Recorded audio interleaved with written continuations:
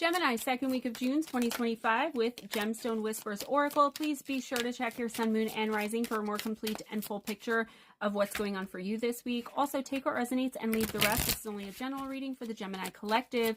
If you'd like a personal intuitive oracle reading or a birth chart reading with or from me, for copies of my books, for information about products I sell and other services I offer, please email me at GemmaJadeParanormal@gmail.com.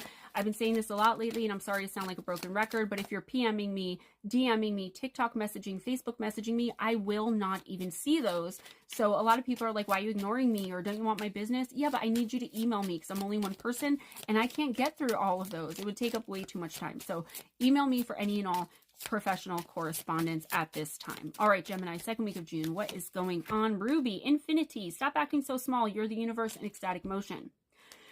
Even high vibrating Geminis sometimes go through this just like everyone else, but I feel like it's due to your own constant and consistent nagging but overthinking. Okay, I was going to say nagging ass overthinking.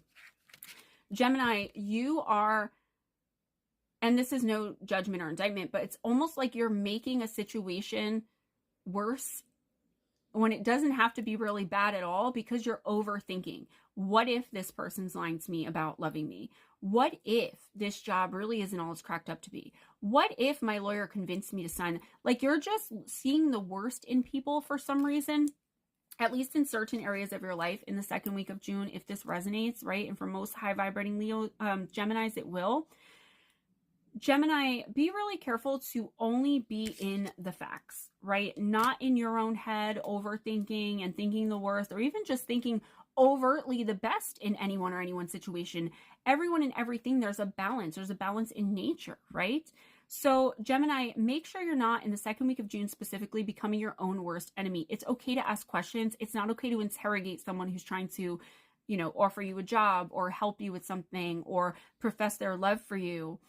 I feel like you're just being unintentionally, but definitely overtly annoying in the way that you're behaving with people, because I feel like you may have some unresolved issues of things you did. If that's the case, go and make amends if you really need to address things you've done or that have been done to you in the past, but definitely stop dragging it with you in the future. And I don't think you do this all the time.